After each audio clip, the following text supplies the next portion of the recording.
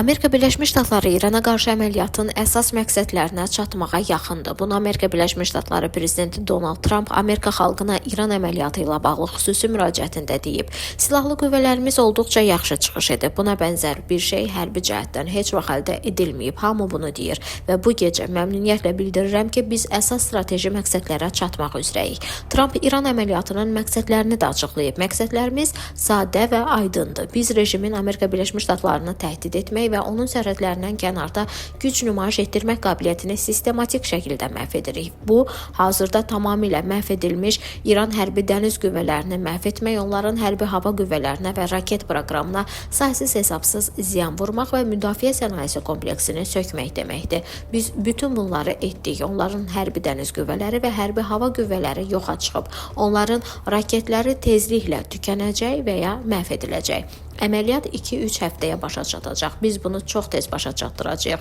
Biz çox yaxınıq. Yaxın şərqdəki müttəfiqlərimizə, İsrailə, Səudiyyə Ərəbistanına, Qətərə, Birləşmiş Ərəb Əmirliklərinə, Küveytə və Bəhreynə təşəkkür etmək istəyirəm. Onlar möhtəşəm olublar və biz onların heç bir şəkildə əziyyət çəkməsinə və ya uğursuzluğa düçar olmasına imkan verməyəcəyik. Trumpın sözlərinə görə Amerika Birləşmiş Ştatları yaxın 2-3 həftə ərzində İrana qarşı zərbələri gücləndirəcək. Bugün deyə bilərəm ki, tezliklə bütün hərbi məqsədlərimizə çatmaq üçün irəliləyirik. 2-3 həftə ərzində onlara son dərəcə güclü zərbələrlə vuracağıq, onları daş dövrünə qaytaracağıq.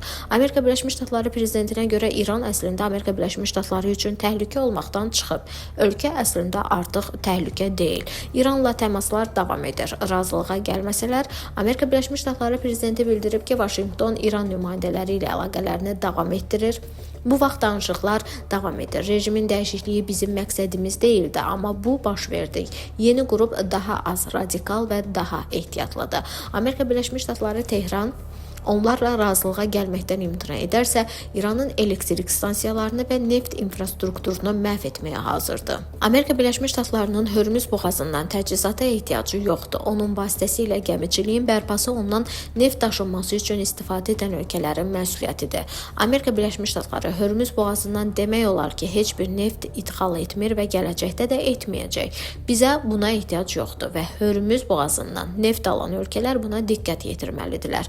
Onlar bunu ələ keçirməli və qorumalıdırlar. Bunu asanlıqla edə bilərlər. Biz kömək edəcəyik, amma onlar çox asılı olduqları neftin qorunmasında öncül olmalıdırlar.